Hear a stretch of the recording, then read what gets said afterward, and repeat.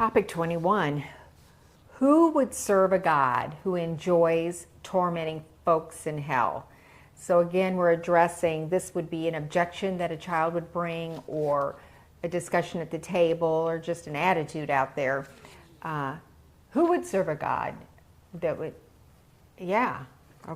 Who enjoys tormenting people in hell. So what are some of the quotes these guys are saying about this? Well, what I'm wanting to do is to move ahead on this one, and I'll leave it for the PDF, a lot of these quotes. It's a pretty, you might want to really look through this one. The There's PDF a lot will of, give you it'll take a few side roads. Yep. I want to go over to example E.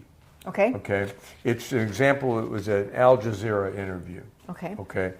It seems to me that telling children, such as they really, really believe that people who sin are going to hell and roast forever, so your skin grows again when it peels off with burning, it seems to me to be intuitively entirely reasonable that this is worse, a worse form of child abuse that will give more nightmares, that will give more genuine distress afterwards, than child abuse by a priest. Something he states over and over. This was Richard Dawkins. Who is this? Who is this guy? This Al? Well, Al Jazeera is a news agency. Oh, okay. In the Mideast. Okay. So what happens here? He's with them and he's saying, he's really talking to Muslims, and then he's saying, well, look, if there's a hell, it's child abuse is what his basic verdict is going to be. So he's saying that's worse than anything a priest can do to the boy. Ugh. Now he says that kind of stuff over and over, and he'll make another quote like that. Richard Dawkins.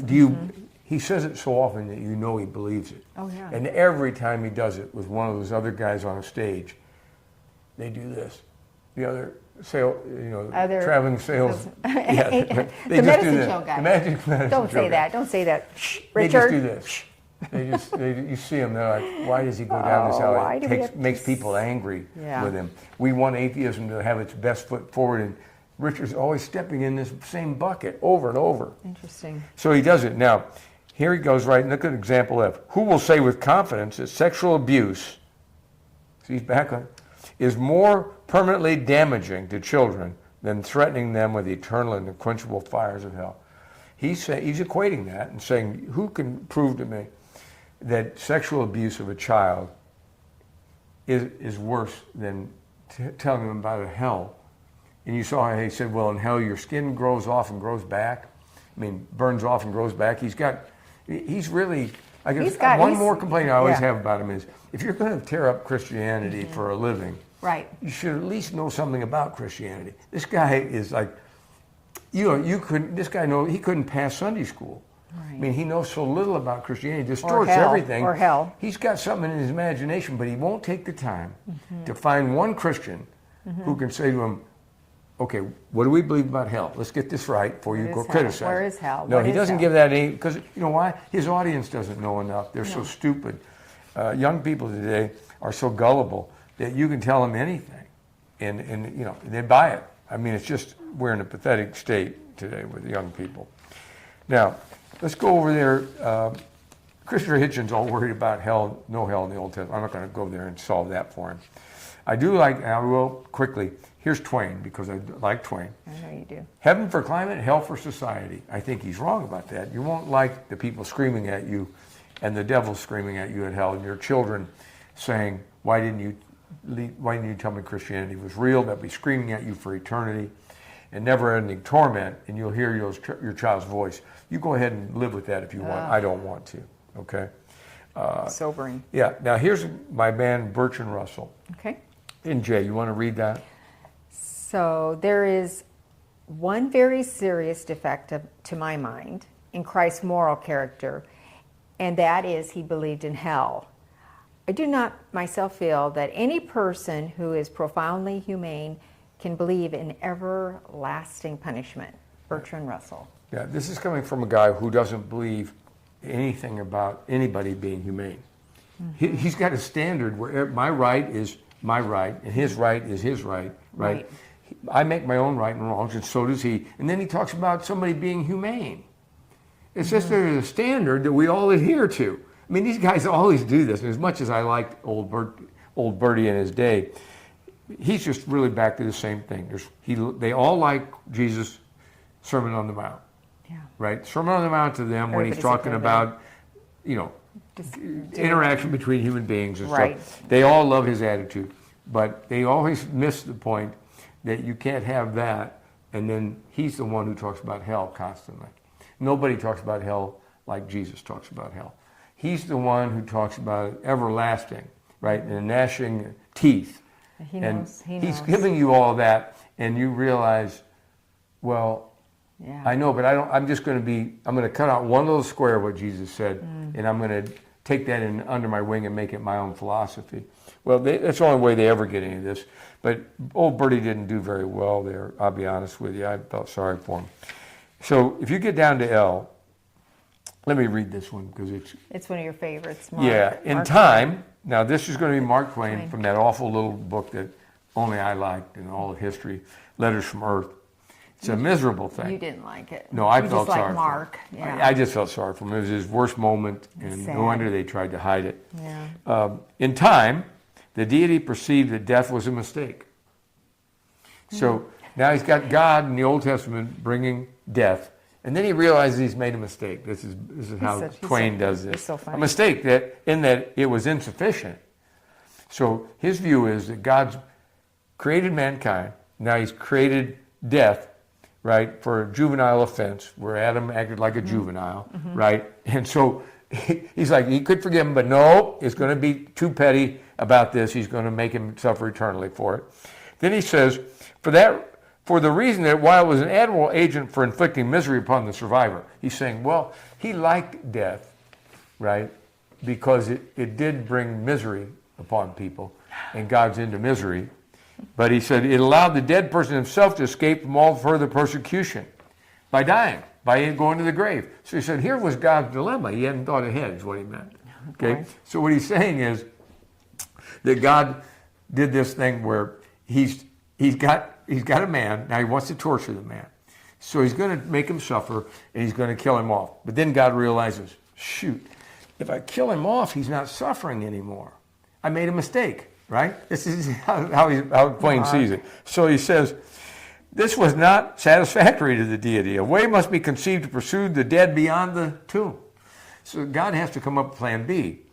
The deity pondered this matter for 4,000 years, kind of unsuccessfully. He's just scratching his head like, they escaped me. I made a mistake somewhere in my master plan. My business plan didn't work. Okay? But as soon as he came down to earth and became a Christian, so now the deity comes down to earth in Jesus, and he became a Christian. Okay? His mind cleared up, and he knew what he had to do. He invented hell. And he invented it, and he proclaimed it. So that's why he's always mad at Jesus for talking about hell, because he says God didn't think of it in the beginning. He had to invent it later. Now, is that crazy? But that's what he does. And if it wasn't Twain, you know how clumsy that would be? Yeah, you can almost snicker when it's Twain saying it, but it's silly. He houses it with humor. But Yeah, he's mad. That's exactly it's right. Sad. It's really So let me ask you this. Suppose I say to you, because people say this to you, literally, sometimes, okay? I can't understand people like you. I know this. I could never serve a God who enjoys tormenting people in hell. So how do you reply to that? Yeah, that's a real fun conversation at dinner. Actually, I had this discussion with a grandchild the other day, and you have to take a deep breath because there's a lot of discussion needed. So in my mind, I started thinking about where they were thinking about, because it's not about me and not being able to come up with a quick answer. It's about what is behind this question? What are they really asking? So I just sort of said, well, tell me, first of all, let's just talk about what is hell. That's just kind of what I started. And that's not what they wanted exactly to talk about. It was more of an accusing tone. So what would you say? Let's go there. Well, I think you did one thing really right at the beginning. I usually the person can say this who can be angry for the right reason. Yeah. Like if you lost a child Yes. at 8, right, and you run into me 6 months later, you might very well be angry with God, and I'm glad you're aiming at me. Yes. Right. You're like, how could you, Mr. Moore? I like you, but you know what? I'm bothered by this. You can serve a God who enjoys tormenting people in hell. And my boy died. You know, and you're like, well, are you mad at him because you've got a broken heart, right? I try to figure that out. That's Is so often it because the he's case. dead? Hell never even came into it. Yeah. Or sometimes they'll be like, I know you think people like that go to hell. He wasn't a Christian. They'll say if he's 17 Yeah. and died in a car wreck. Well, that person I'm likely to console, Yeah. right? I will talk to him about the subject, but I'm going Yeah. to be very soft. It's a different But conversation. if the guy is that's on you, The one that encounter, came at me, then yes. I'm more likely to look back at that sentence, and you picked out something that was in there about hell. I'm more likely to aim at the torment part, like this. Okay. Where do you get the idea that God enjoys tormenting someone in hell? Oh. See, Yeah. it strikes me as odd. I Yeah. don't think like that. Where Yeah. did you get that idea? Good question. See, because that's the part that's not true. Yes. And I know it's not true. So you say, how do I know it? Well, I know that I've got it here, Ezekiel 33:11. Okay, I'll give you an example. Now, this is a perfect example of real life things where I want you to think about. Do I want you to memorize Ezekiel 33:11? No. I want you to get a phrase out of it. You got a phone, you can look this up, right? Just know the reference. So when you see this, let me find this here. Say unto them, as I live, saith the Lord, I have no pleasure, I get no pleasure from the death of the wicked, but that the wicked turn from his way and lives. Okay? Turn ye, turn ye. Well, what I'm looking for is that phrase, I have no pleasure in the death of the wicked. Okay? So right here, I just singled it out because I'm saying, now you say to me, I normally use the New King James Version. Okay. But I'll use the King James Version here if I think it's simpler for you to get it. Clarifies. Yes. In other words, that's the paraphrase I want you to get. You can even botch it. But if you say in Ezekiel 33:11, I know something, you can remember that usually, right? He takes no pleasure. God states he takes no pleasure in the death of the wicked. Yeah, no. He's not talking about everybody's death even. He's talking about the death of the wicked, who yeah. were his enemies, right? Yeah. So I'm saying, listen, as long as you're okay with that. Now, as I said to you before, where this leads, anytime they bring up hell, I'm going to say something about it like that, but I want to get to what's behind it. You said a minute ago, the question behind it, right? Just trying to think where he was coming from. I mean, I hadn't thought about hell all day, and I didn't. We're sitting there, and he he's probably asked isn't me. thinking any deeper on this one. Okay. But I look for another question behind it, because sometimes there is, like, why does God let these things happen? They're really, those are the kind of questions that are often lurking. But in this case, what is really is a topic that's behind it that I'm aiming for.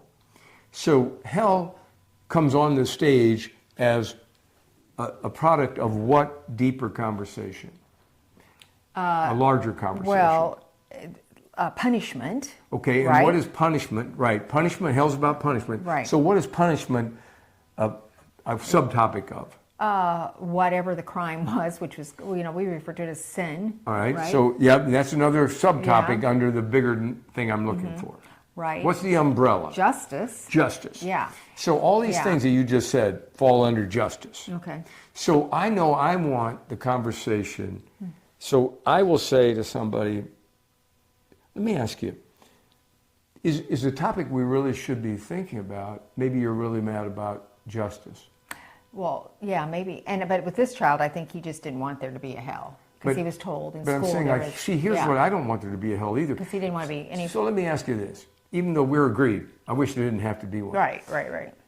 If God, like let's say in Sangamon County, if you go to a courtroom and a judge is there, Okay. and a guy comes in and they prove to you that he's killed 3 people, right, in cold blood, and the judge says, you know what, you shouldn't have done it, but go on home. Ugh, So no. you get everybody stands up in the courtroom and says, this is outrage, right? Justice must be served. Exactly. So if that's true of a human judge, Right. if you take an eternal, infinitely wise, right, judge, Sees all, knows all. Yeah. and you say, is justice part of his nature? In It other needs words, to be. He's just. To be holy, We say he that's what has we to, say about yeah. him. So now, is he obligated to be perfectly just in every case? Totally. Perfectly just. Perfectly just. He cannot deviate at all or he'd cease to be. Right. Okay, so then Remember when Bertrand Russell said, life is only a race to find out if you're the criminal or the victim, right? Mm-hmm. So suppose you're the criminal in this case. So if God says to you, love me with all your heart, mind, soul, and strength, your neighbor as yourself, and do this perfectly. Mm-hmm. And if you've done all of that, you've only done what you were told to do. Okay. Pretty easy to break the law then. Very easy. Yeah, it doesn't take long. So now, being perfectly just, must he punish you? To be trusted, to be trustworthy, to be who he is. He has to cease existing if he doesn't do it. Yeah, he has to. So he has to be perfectly just. Mm-hmm. Therefore, you can see that even though you and I might not like it, there has to be a hell. Mm-hmm. There has to be a place where justice is served. Okay? Now, what about the Christian justice, though? I know that somewhere you must have lied one time in your life, like in the last 30 seconds maybe. But let's say in your lifetime, I'm thinking you're as wonderful as you are. I'll try to come up with a lie. Let's just see. If you can defend yourself here. But let's suppose that you're on lie 100,001, which is probably a little shy of where you are. I'm just being loving. Okay? So let's say that that's true. Does God owe you punishment for every one of those things individually? Totally does. Okay, so how do you escape justice? Well, it's so easy to want to just kind of grade on a curve and say, well, those weren't big deals. You know, you shouldn't really be judging me too much for that. But when you really look at it, what a lie is, it is sin and it's going to get total judgment. So I can't escape it. So how do you? Well, that's the good news, really. And it cost a lot for the escape. It was paid for painfully by Christ on the cross. So every one of my 100,000 billion lies weren't winked at or pretended like Santa, naughty and nice, oh, maybe more on the nice, we'll go that route. No, they're really demerits that have to have justice, or he's not a holy, pure God. Well, let me ask you this. So, when he's dying, is he dying for everybody's sin? He's not dying for everybody's sin. Right? So who's he dying for? He's dying for those that he has planned to bring into the kingdom and gave them the ability by opening their eyes. Why that's why it's called grace, because it's not deserved. It's like, why this person or this person? None of it's deserved. It's all justice. So we all deserve what God talked about a lot is this place of justice, which is hell. But in kindness and grace, he opens eyes, and you first thing you see is that you really feel the conviction that you are a sinner, and not trying to explain it away. So let me ask you this. If Jesus hadn't died for the sins of some of the people, meaning Christians, right, his disciples, if he hadn't done, how many people would be in heaven right now? Nobody. It has to be paid for. It has to have justice. Justice has to be. Right. And nobody can escape it. And his death wasn't just like, oh, he died on the cross. No. On the cross, every single sin that I've committed was actually suffered through. And the correct punishment was given at that point. So you're saying if you told one lie less in your life, like if you could refrain from lying to me this evening, for instance. I'll work on that. So if you refrain from it, would he then suffer less on the cross? Totally. Yes.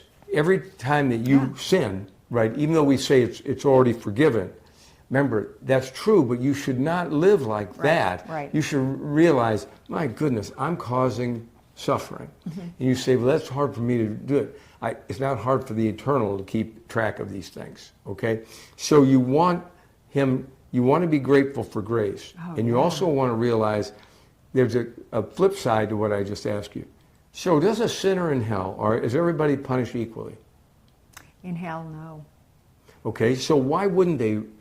If he sends everybody to hell, why won't I, if I were an unbeliever, wouldn't I just be there with Twain enjoying the company? No, what really happens in hell is every sin is paid for individually, just like yours were paid for by Christ. the debt the guy owes. Now you say, where does that factor in? It's like I say to you, when I've seen guys in bars, right, and I can see them flirting with that stupid bartender, right, and I see the guy's got a badge on, he's a State Farm agent or something. You can tell he's out of town, right? The menu kind of surprises him. He doesn't know any of the pricing. You know, it's his first time in there. Right. You're sitting at some pub bar eating. Right. I do a lot of pub bar eating, you can see that. So what has happened several times is I'll be sitting there watching the guy, and he wants to make friends because he's got no friends. He wants to bring a conversation. So eventually I will say to him, look, Ernie, whatever his name is. Right. Usually it's around his tag. You can say, look, Ernie, listen, let's think this through. Let me see your wallet, where the wife and kids are, the ones you're going to leave behind in a minute. Yeah. So I say to them, generally, do you know, a couple of things happen if you do this, if you're successful. If Marge goes with you, right, here's what happens.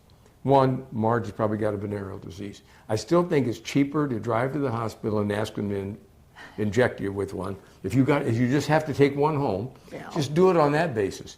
But if you don't, Marge is getting hit on by 3 other guys last night, the night before, and Marge is kind of weak in that area. So you go ahead if you feel triumphant, you know.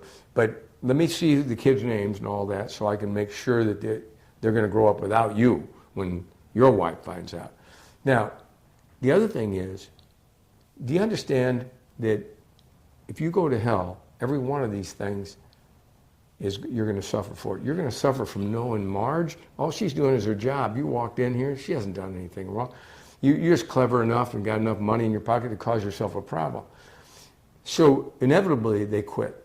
You take all the fire out of their engine with that. That's where the guy's just romance or whatever that was. Like, what are you talking about? Ugh. I'm just giving you the real facts.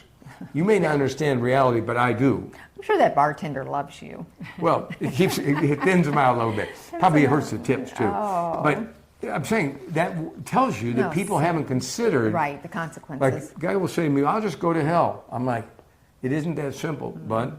Everything you're doing is being tracked, right? And it's going to show up, and you're going to wish, as Jonathan Edwards said once, a man in hell would give the world and all to have one less sin. Boy, that's so on his account. Okay, so yeah. I just want you to these conversations are fruitful, but they may go off the tracks a little. Like you probably think, well, that's weird. I'm telling you, if you think that's really weird, it's not. That kind of conversation in a pub ought to happen more often.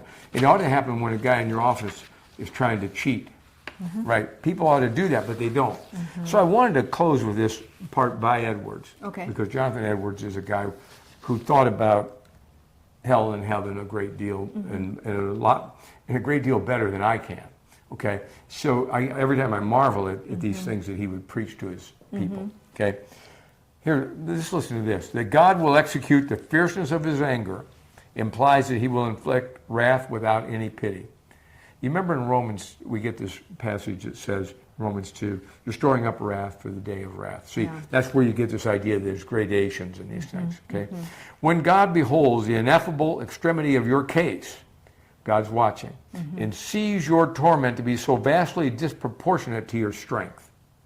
In other words, you are the gnat, and the giant comes along. And he sees that this torment is something it's just so above what you're able to bear up under.